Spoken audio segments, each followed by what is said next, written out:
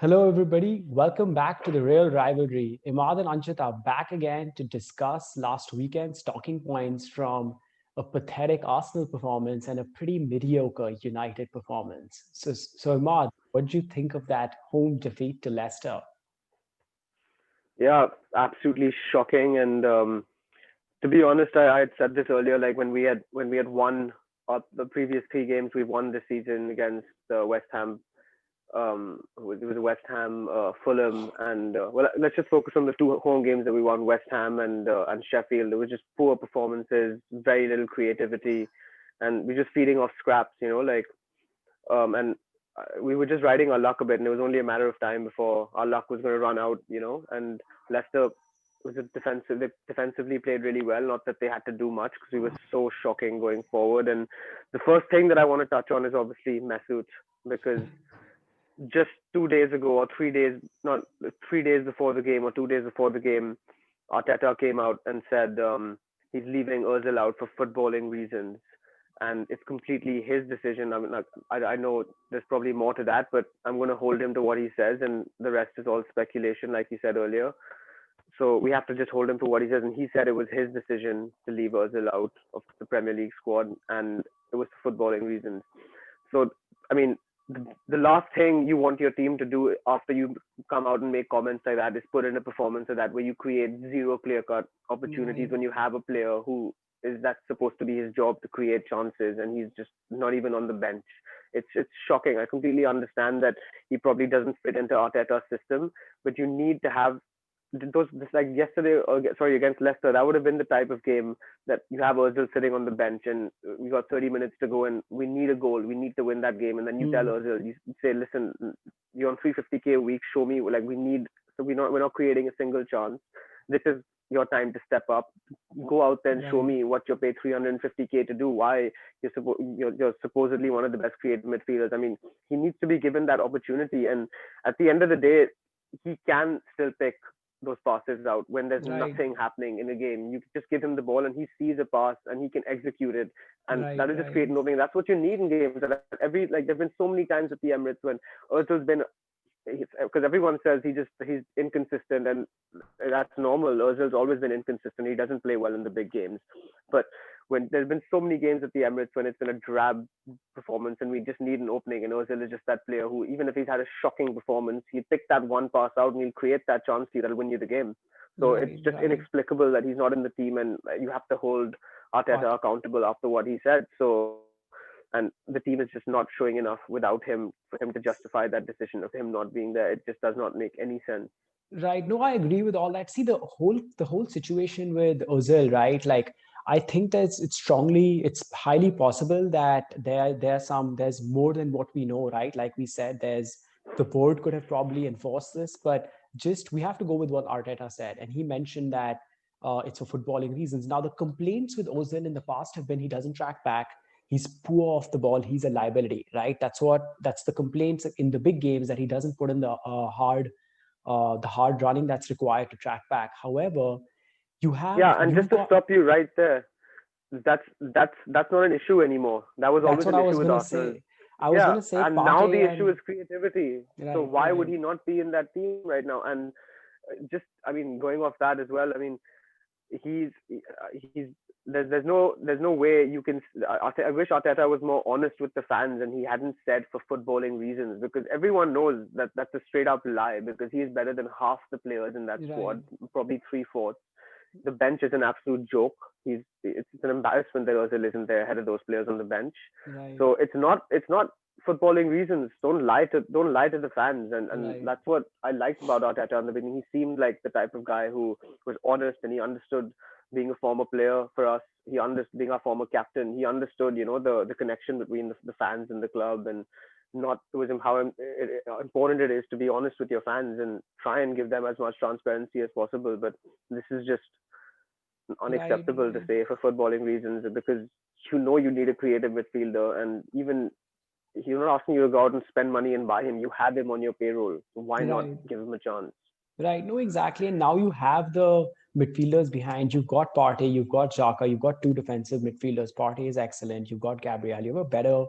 you have a better spine now. So you could potentially play someone like Ozil in front of them as a number 10 who doesn't have to run back a lot and just focus on attacking, and he can just focus on creating. So Exactly. it's Yeah. definitely a strange one. So moving on from the hot topic of Ozil, what about Aubameyang playing on the left week in, week out? I mean, does that He make was on any the right. He sense? was on the He right was on the against right this Leicester. time. Yeah, yeah, that makes Yeah, it's even like less I don't sense. I literally I feel like before a game Arteta just puts all our attacking players' names into a hat, and he just says left, and he picks up a chip, and whoever it is, that player plays on the left that game. I mean, there's just no justification behind it. Why? I mean, firstly, people were saying that I was completely against him playing on the left to begin with. I mean, he is a goal scorer. He's a poacher. He's not the type of player, like I said earlier on, like one of our previous episodes. He's not the type of player who can pick up the ball from the left wing and beat 2 3 men when there's bodies in front of you. All his Hmm. goals from the left wing have come on the counter attack. So obviously, when you give him that kind of space, he can beat one man and he can curl a screamer into the top corner. We know he can do that. But Hmm. we want, like, especially now in at a time when we're not when we're creating probably like half a chance a game in terms of clear cut chances. I want Oba on the end of it. Lacazette clearly isn't doing it right now. Oba is Hmm. just completely isolated in the game. And why would Arteta put him on the right all of a sudden? I mean, I know it That was just makes no because sense. because I know he wanted to play Saka on the left. And like so then I mean obviously if Lacazette's not doing it, I mean these firstly the attacking three just haven't been performing anyway. But when it's not working, you just go back to basics. You put your goal scorer in the number 9 position, and you just help the team because we need confidence right now. How do you get confidence? Just by scoring goals and creating chances and putting chances away. And if Oba needs a few, and he can score with a half chance, but he's not even getting a half chance. He's not even getting shots in the box. So why are you not playing him down the middle? He's Lacazette is doing nothing. He's right. doing He's nothing busy down the tracking middle. back. Aubameyang's busy tracking Yeah, back on whether on the he's left a or on world the class right. striker. Why? I don't want him tracking back. I want him on the end of like when we're getting two chances a game when Tierney's putting in one or two quality crosses in the game. I want him on the end of them, not Lacazette, who's scared Right. to put his head in. Right, right. No, 100%. So So that Aubameyang issue he needs to resolve. I think he needs to do it soon yeah, because back to every basics. Just go back right to basics. Play him down the middle. Let him score a few. Let him get his confidence up. back, right. Let yeah, and then let the team now be built around him. He's your best player. He signed a new contract, and he looks he looks uncomfortable over there. He doesn't look Right, like he wants to play there. He's right, your team has to be built around your best player. And all in an ideal world, you always build your team around your best player. So what to right, get the best right, out of him. right. And that So we're doesn't seem clearly to be not getting the happening. best out of him. And yeah, and it's sad because I mean, again, you have to point the finger at Arteta because it's his decision, and that's solely his decision. Hmm. So I'm hoping he tweaks it because I mean I love Arteta. I love what I've seen of him, but he is making mistakes, and we will call him out on them when he makes mistakes. So Right. that needs to be rectified, and he needs to do it this weekend against United. Because if he doesn't, then it's just another Right. week This where is he'll a make a big mistake. one. Yeah. Yeah. So he So needs to what do it. you so moving on from the Aubameyang problem. So the other thing was, what do you make of the switch of formation from the three at the back to the 4-3-3 now? Like, I think that's probably what Arteta wants to play moving forward. He seems to have the players to do it, but having a flat midfield three, first of all, I felt that really, really like made you solid defensively, but it really restricted you going forward. Like the midfielders weren't making any runs in behind. They weren't. Yeah. There was no intent moving forward. What do you think of that? Exactly. So it was literally like even I mean when even towards the end of the last 30 minutes of the game when we needed to push on for that goal, it was our back four. Right in front of them were our midfield three, and Hmm. then in the other half, about 70 or 80 yards was our front three. How Right. are we ever going to link up our midfield and our attacking three players if there's such a gap and there's no connect? And I mean, you would imagine if you've got three in the middle, they wouldn't all be in a line the entire game. I mean, surely Ceballos has to be. I mean, Ceballos was pathetic against Leicester, one of many Hmm. really poor performances. But he needs to make those runs forward and go beyond the front three like Ramsey used to do when we used to play. You need to have those midfielders bombing forward. I mean, Right. otherwise it's just not going to work. And like just from the overall mindset of the players, like in the last 60 minutes, I did not see them step the urgency up even once. It was backwards. sideways. They get Hmm. the ball, they take a few seconds, pick their heads up. There's no one coming close to receive passes. They're not forming triangles to play those quick one-touch passes. There's no series of one-touch football anymore. There's no series of good attacking football when you're in a tight space and you work it out and you make a quick break. There's none of that anymore. I haven't seen Right. that from an Arsenal team in weeks. Probably see glimpses of it. So it's just like there's no link between the midfield and the attack. That's very clear. I Hmm. mean, there's this system where Tierney bombs forward on the left and Xhaka fills in as a left back, but then he looked absolutely shocking in that position. Xhaka, he just didn't have the mobility to do it defensively, Hmm. and Tierney Hmm. was caught. I mean, no issues with Tierney because he makes an effort and he puts in quality balls every game. So, Hmm. but there's just a huge issue with us in Right. terms of an attacking identity of play. There's no actual game plan in terms of how we move the ball, in terms of how we attack. There's no philosophy. I mean, there probably is, but it's just not. It's taking a Not while for him showing to at implement least. it, and the players Right. are just yeah. I mean, and especially just in terms of moving the ball quicker when you need to score is basic. You don't need a pro manager to tell you that. Like a Sunday league coach will tell you that when you need step up the pace, you move the ball quicker. It Hmm. automatically your players you move the ball and then you move into another position. It automatically creates openings. Move It and pass and increases move. the Right. urgency. That just doesn't happen, and that why is how are the players not? I mean, if the manager is not, I'm sure the manager is trying to indicate that to them to move the ball quicker, to Hmm. fill up the open spaces, to make those runs in behind. And there was just no movement and there was just no urgency like throughout the Hmm. game. The first half It's a very was a rigid decent first system. half, You but guys yeah, play a there's just very no rigid fluidity. system. There's Yeah, no there's no fluidity. fluidity. Yeah, So, which is like taking away. and yeah, He's we made don't you have the defensively personnel to do it. solid, right? He's made you defensively solid, I think, so far. Like, that's what he focused on first, which is something Arsenal have needed for a long time, right? Like, the complaint has always been been the defense from for as long as I can remember.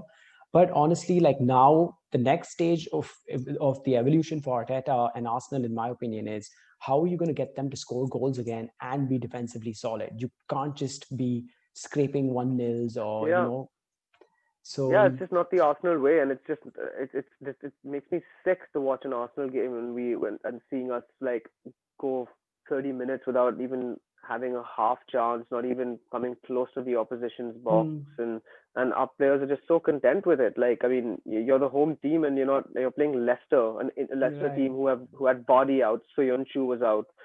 Um, they had a couple of more first team players out. Madison was playing up front, like and False these, these nine. these guys were embarrassing us. I mean, it was a joke. Right. So I'm let's getting bored of it now. yeah, yeah. No, I agree. I mean, it's gonna looking like it's gonna be a tough season for Arsenal. It doesn't look like a great season for Manchester United either, honestly. Like I know the moving on from the Arsenal game, like I know the PSG game was excellent. We performed really, really well. I didn't expect that. Like Solskjaer had a game plan. It worked. It worked phenomenally. And honestly, the last 30 minutes of that PSG game, we dominated. We were the only team that was going to win that match. So very proud of that performance. But even so, like now I've seen enough of this team, these players, and obviously Solskjaer as well, that I know we're just not consistent. So I had, even after such a big win against a 4-1 against Newcastle, a great performance against PSG. I knew going into the Chelsea game, I had no expectations.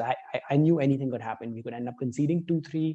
Maguire could make a big mistake. We could, anything was possible in that game. And what we saw was Solskjaer went with another defensive formation. We had James on the left, who honestly, other than running around and tracking back, he offers nothing. I think the only reason he put James on the left again was because Reece James from Chelsea on the right wing, at right back, sorry, would attack a lot. So he wanted Daniel James to track back for United. So we went. I think Solskjaer felt that game that Chelsea were gonna play their attacking way. You know how Lampard loves to attack, and they were going to leave spaces in behind, and we were just going to counterattack them. So we played a very defensive team. Fred and McTominay, two defensive midfielders, a defensive left winger in Dan James, and on the right we had Mata. We could have had Greenwood instead, maybe Van de Beek, and we just had Rashford up top. So if you look at it, who are your true attacking players in that entire team? They're just three attacking players that you're playing. Rashford, who's your striker, Bruno Fernandes, who's attack minded, and Mata, who's creative. But again, his legs are gone. He's not really a player. I wouldn't play Mata in the big games where you're not going to have a lot of the ball. I would play him in the smaller games where, like against Newcastle, for instance, he had a great performance because Newcastle sat back. So when Mata has time on the ball, in and around the box, he can create something. So I think Solskjaer got the lineup wrong. You've got Pogba on the bench, you've got Van de Beek on the bench, you've got Greenwood on the bench. So, and he took too long to make the changes. So we were just too defensive throughout. Like I felt like last 20 minutes we tried to get on the front foot and win the game, but it seemed like we were happy with a draw. And I'm disappointed at Old Trafford. I expect more than that. And same goes for Chelsea, honestly. Like I think Chelsea would be happy of the two teams considering they got thumped 4-0 in our last fix in the last time we played them at home last year. So I think Lampard was also wary of the counter attack, and he Yeah, was not I gonna think I think you could tell from I watched most of the game actually.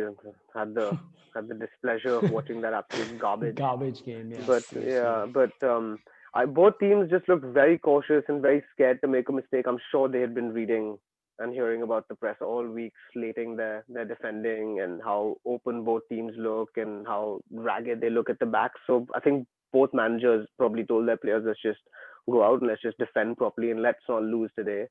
Right. And if we can nick a goal, brilliant, but we're not conceding today. And I think you could see that from the team's performances. I mean, it was just very with playing with the break on, and just not really committing too many men forward. Just Right. very Exactly. very timid and tame, and yeah, but defensively like a scrappy midfield battle, which is what you'd expect. I mean, players were. I think you could say at least the United players were playing with their hearts and were going in for the 50-50s. So Yeah, I would and say so were the that. Chelsea players. So Yeah, I would say that. I think yeah, it wasn't about like we put in the effort, right? It's not one of those games. Oh, I'm not questioning the players' desire or their passion. Sometimes you question that in games where you're like the effort wasn't there. I think the effort was there from both teams. It was just that like there was no attacking intent again. Nobody lack of quality lack also. of Yeah. risk. Yeah, for United, definitely lack of quality because Mm, we left our quality on the yeah. bench, right?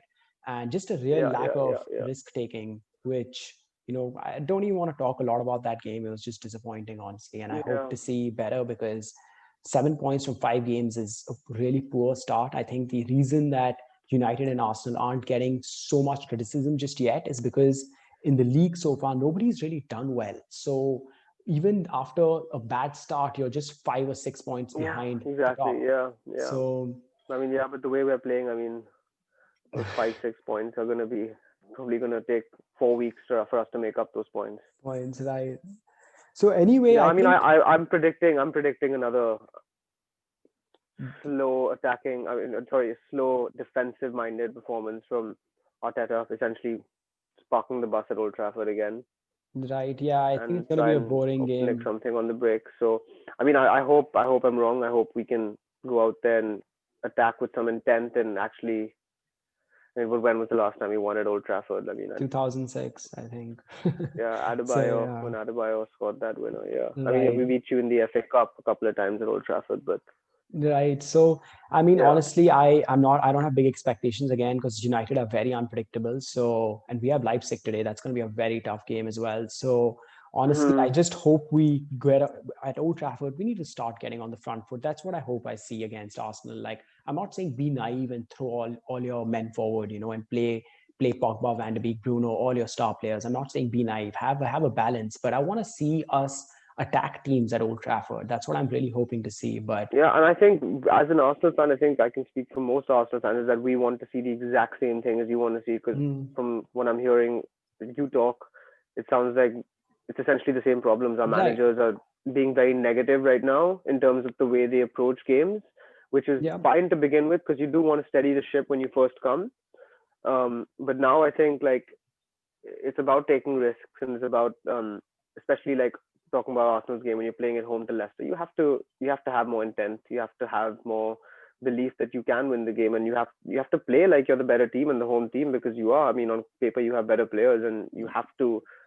And the manager is not getting it out of the players right now, and right, right, because exactly. because we do have, I feel like both Arsenal and United do have, in terms of the way we're performing, I do think that these players should be doing better than what Doing they better, are. 100%. We have, And dude, we have good so teams now. We have decent players. I'm not saying we're as good as Liverpool or City, but we should be doing a lot better than we are. Like United have a decent squad now. There's nothing wrong with this squad, Yeah, and Arsenal have a and same decent with squad Arsenal. too. Same Yeah, with Arsenal. I mean, like if you, I mean, there's no. I mean, because I do feel that these players should be doing a lot better, and I don't want to right. point the finger at the manager, but it is the manager's job to get the best out of the players, and right now he's not doing it. So that's why I'm saying back to the Oba thing, back to basics. Let's just hope Oba starts in a number 9 position against United, and that'll be the first step. Right. I hope not, but yeah. Okay, well, Yeah. so I think that's all that we have for this week's episode. We'll be back again next week with the big game, Manchester United against Arsenal, the real rivalry. Have a good one, guys.